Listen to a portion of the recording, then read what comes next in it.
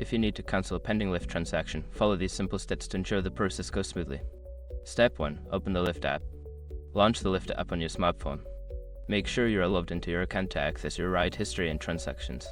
Step 2. Go to Ride History. Tap on the menu icon, usually located in the top left corner of the screen. Select Ride History from the drop-down menu to view your recent rides and pending transactions. Step 3. Find the pending transaction.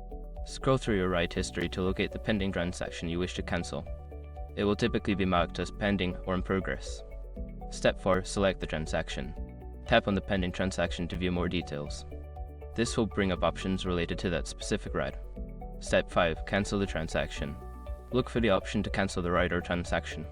Follow the prompts to confirm the cancellation. You should receive a notification confirming that the transaction has been successfully cancelled. By following these steps, you can easily cancel a pending transaction on Lyft. If you encounter any issues, consider reaching out to Lyft customer support for assistance.